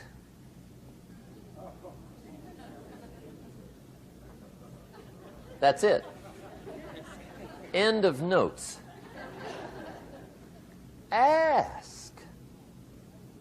If there's one art in life to learn extremely well, that's got to be one of them. The art of asking. What does ask mean? Ask means, what do you want? And the formula is staggering. It says ask and what? A guy ought to look into that.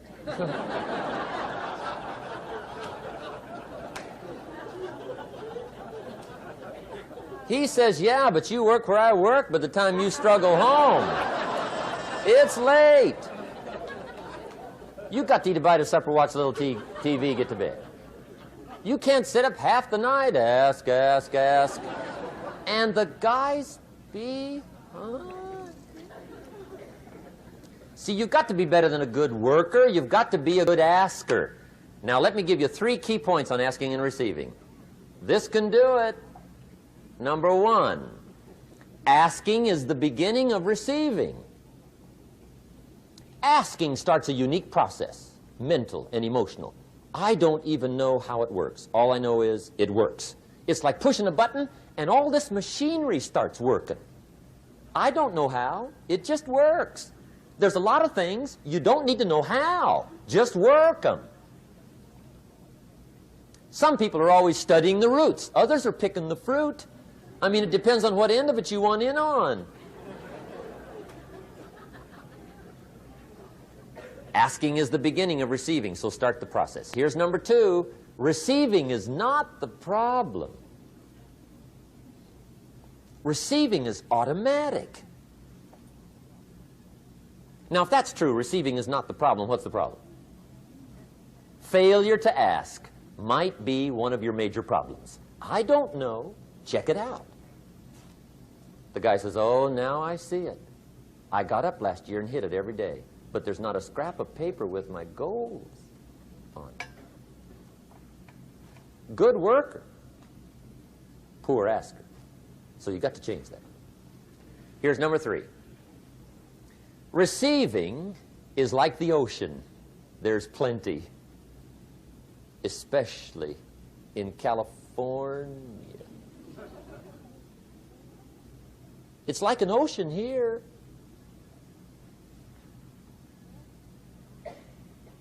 Success is not in short supply. It isn't rationed, and you stepped up to the window and it was all gone. No, no, no. It's like an ocean here. Now, if that's true, what's the problem? Well, some people go to the ocean with a teaspoon. Have you got the picture? See, what you want to do in view of the size of the ocean is trade your teaspoon for at least a bucket, and you'll look better down at the ocean. Kids won't make fun of you, right? Okay. Now, there's 2 ways to ask, and we'll wrap up goal setting. 2 ways. Here's number 1. Ask with intelligence. It didn't say ask intelligently, but I'm sure it meant that.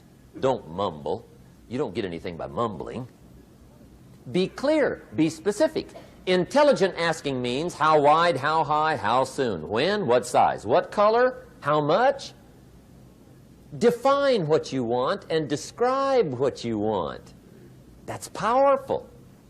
In the weekend seminar we teach, goals become like a magnet. They pull you that direction. And the better you describe them, the more they pull. So ask intelligently. Here's number 2. Ask with faith. That's the childish part of the equation. Believe you can get what you want like a child. Not an adult. Adults are too skeptical. So the formula really reads, make plans like an adult and believe in them like a child. And the most incredible things will happen. Just try it for 90 days. Just try it. You can always go back to the old ways. Just try it. Just 90 days, 90 days. Now, here's the last qualifying phrase on goal setting, as we promised to qualify everything. And it simply goes like this. Remember, you won't get everything you want. And we've already studied the reason for that. Simply, sometimes it hails on your crop and rains on your parade. It's that kind of planet. So you won't get everything you want, but if you will work this goal-setting formula, you can get plenty for wealth and happiness. Okay, that's goal setting. We use it around the world. We recommend it. Now, maybe it won't work as well for you as it has for me. I don't know. Maybe not. But what if it did? You got to try. Okay. Here's the last subject, the day that turns your life around. Let me just quickly give you a list of 4 emotions that can change your life in one day. Emotions are powerful. Sometimes it doesn't take much to alter your whole life direction.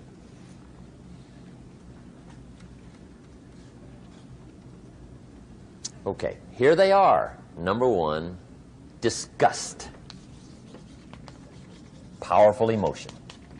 Disgust says, I have had it. See, that could be the day. The day you can say, I've had it. And whether you've had it with something small or something major, the day you can say, I've had it, may not be the day it ends, but the day it begins. That's what I said when that little Girl Scout left my door when I'm 25. I give her the big lie, she leaves, I say, I don't want to live like this anymore. I've had it with lying and being broke. Powerful day. The man's finally had it with mediocrity. He's had it with being a loser. He's finally had it with those awful sick feelings inside, knowing his wife is at the grocery store looking at 2 cans of beans, one marked 37 cents, one marked 39 cents. And the guy sick inside knows his wife's going to buy the 37-cent can, and she doesn't even like the brand. Do you know why she's going to buy the 37-cent can? To save 2 cents. The guy sick inside finally says, I've had it. Being on my knees in the dust looking for pennies, we're not living like this anymore.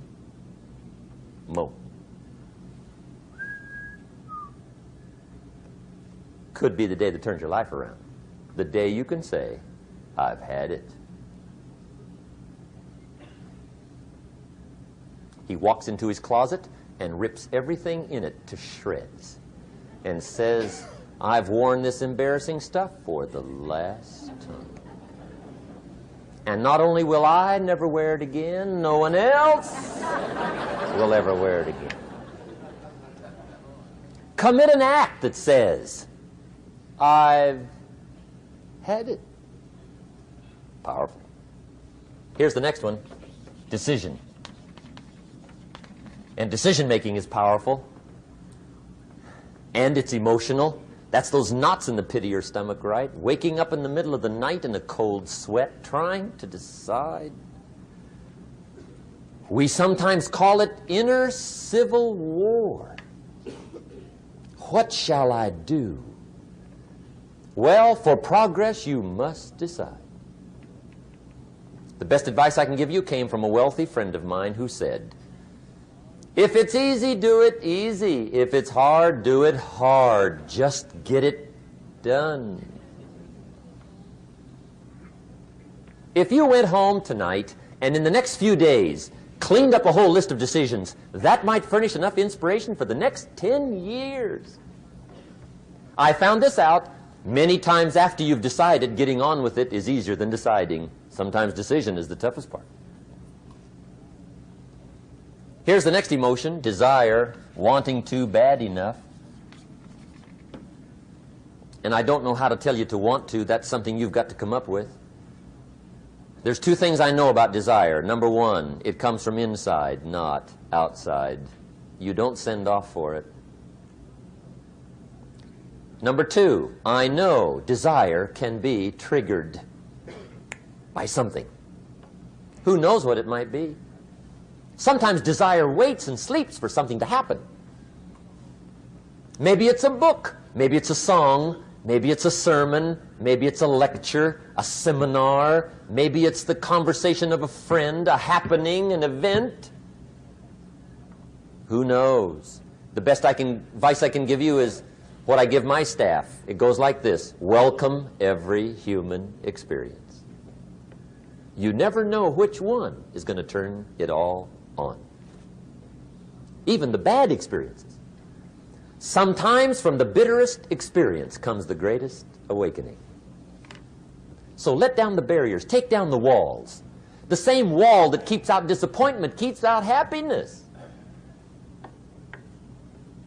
Let life touch you. Don't let it kill you, but let it touch you. Here's the last one. This one's powerful. Resolve. Resolve says, I will. Two of the most powerful words in the language. I will. Benjamin Disraeli once said, nothing can resist a human will that will stake even its existence on the extent of its purpose. Shortly put, I'll do it or die. See, that's powerful. That could be the day that turns your life around. The world has a strange way of stepping aside when somebody says, I'll do it or die. The man says, I will climb the mountain. They've told me it's too high, it's too far, it's too rocky, it's too difficult, it's never been done before, but it's my mountain, I will climb it. Pretty soon you'll see me waving from the top. Or dead on the side, because I ain't coming back.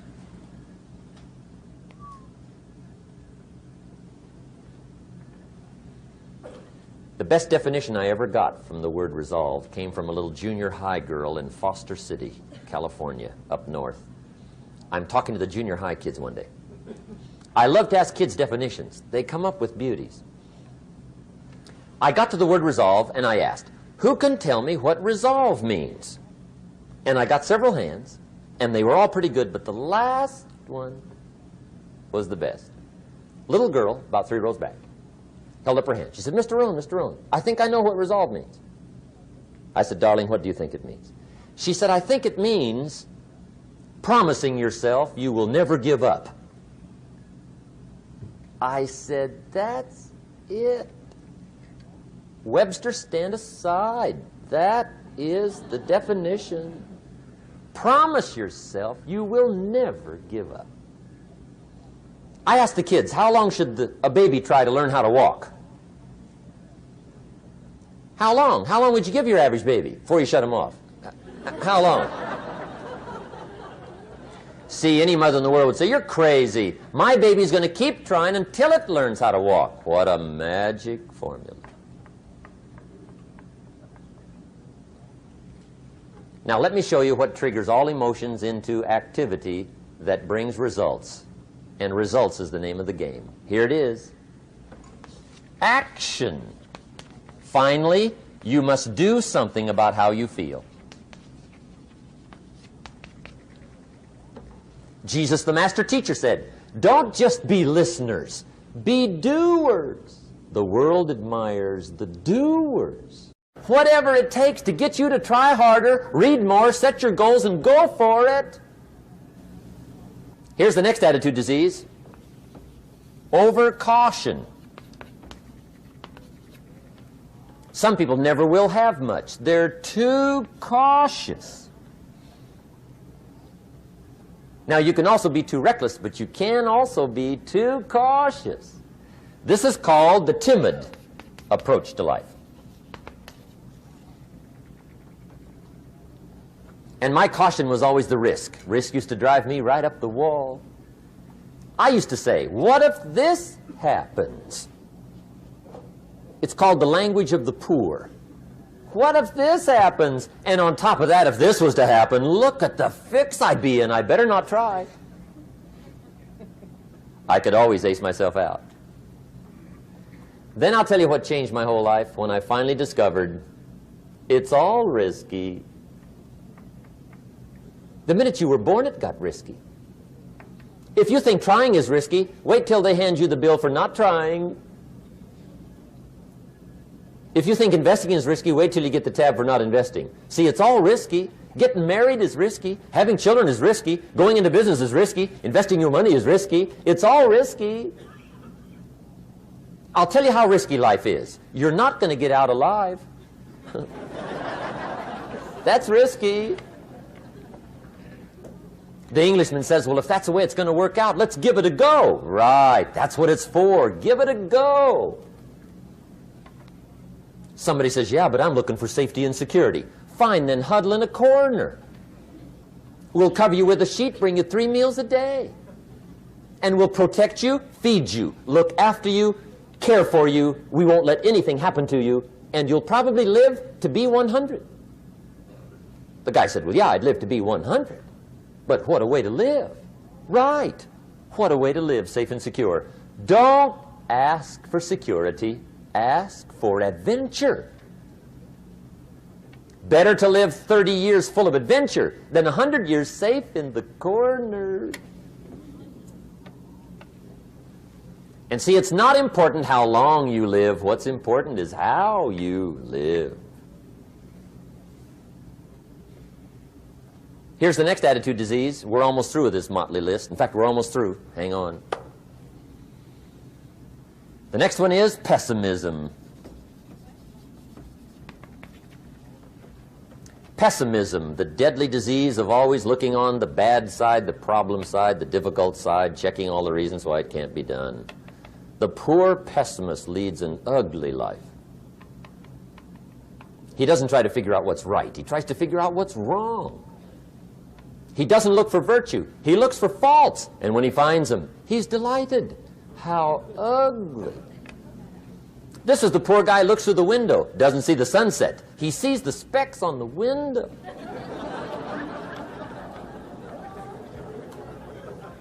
And this is the poor guy, right, who rushes up, takes such leave of his senses. This guy rushes up and he says, I've got 5 good reasons why it won't work. He's so dumb he doesn't know. All he needs 1. He's got 5.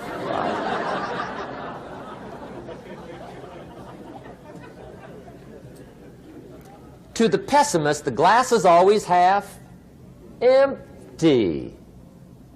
To the optimist, the glass is half full. Why would the same measure affect people 2 different ways? Answer, it all depends on how you look at it. Our lives are mostly affected by the way we think things are, not the way they are. The way we think they are affects us most. There's a subject we don't have time to get into tonight called better thinking habits. One of the major things Shoaff taught me when I met him, he said, poor thinking habits keeps most people poor. Not poor working habits. Most people work hard, but they don't think hard. And Shoaff taught me that the mind is like a factory, a mental factory. And whatever you think about all day long pours ingredients into this mental factory. And that's what builds the economic, social, financial fabric of your life. He quoted me a Bible phrase that says, as you think, so you become. How awesome. When he talked about poor thinking habits, he had me. I used to start the day reading the morning newspaper. I mean, you can believe that or not. I'd get a cup of coffee and read the paper. I'd load up on wars and riots and murders and stabbings and killings and bank robberies and muggings and car wrecks and tragedies. I'd even read the back pages. I seem to like that stuff for some weird reason. I'd load up on all that, and then I'd start the day. You can imagine the kind of days I used to have. You walk around on your financial knees. They call you economic peewee.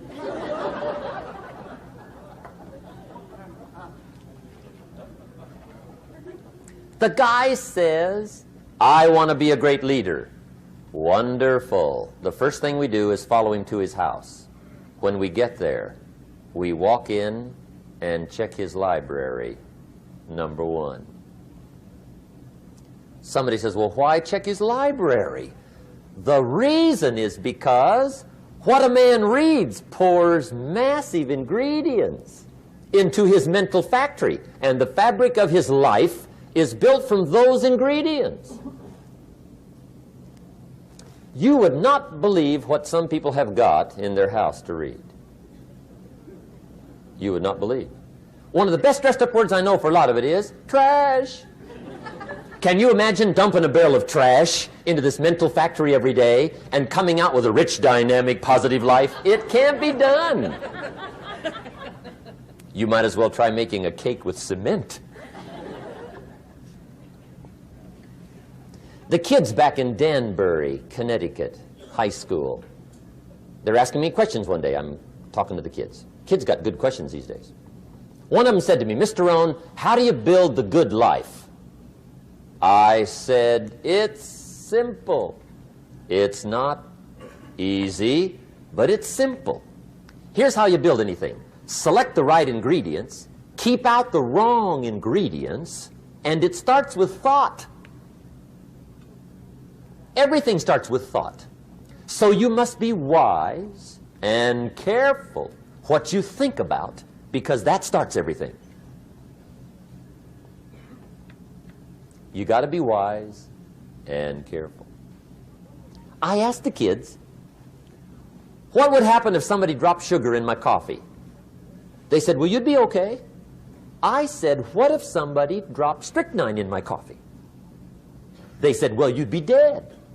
I said, correct. Lesson 1. Life is both sugar and strychnine. You gotta be careful.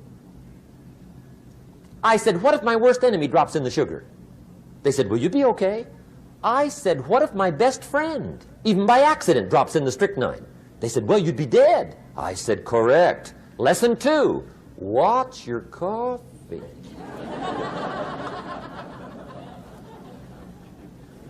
You got to be careful. See, it doesn't matter who hands you the bad stuff. It doesn't matter where you get the bad stuff. It'll still do its damage on your bank account, wherever you get it. Mr. Shoaff gave me one of the greatest phrases when I first met him when he said, Jim, every day stand guard at the door of your mind. How important. Stand guard at the door of your mind. And you decide what goes into your mental factory. Don't let anybody just dump anything they want to in your mental factory, because you've got to live with the results. Okay, here's the last disease, and we're through with this list. In fact, we're almost through. Hang on. The last subject is very brief. The last disease, but this one is deadly. Engage in this one, indulge in it even slightly, and you might as well forget the future, because it's going to forget you. Complaining, crying, whining, griping, a Bible word called murmuring. See, that'll ace your future. Spend 5 minutes complaining, and you have wasted 5. And you may have begun what's known as economic cancer of the bone. Surely they will soon haul you off into a financial desert and there let you choke on the dust of your own regret. I hope I said that well, so you won't forget. It's a deadly disease. If you don't think it's bad, ask the children of Israel of Old Testament fame. Typical of us all, their story just happened to get in the book. Story says, children of Israel were slaves. God performed a series of dazzling miracles and got them out. And now they're heading for the promised land. Remember the story? Heading for the promised land. Tragedy of the story, they never got there. Reason. From day one, they started to complain. They griped about the water. They griped about the weather. They whined and cried and griped about the food. They griped about the leadership. They whined and cried because it was too far, too cold, too hot, too difficult, too miserable. I mean, they whined and cried for years. Finally, God said, I've had it, trip canceled. Or something like that. The story says they died in the desert, never got to the promised land. Which I think means 2 things. Indulge in this long enough, you get your future canceled. And I guess it also means even God himself can only take so much.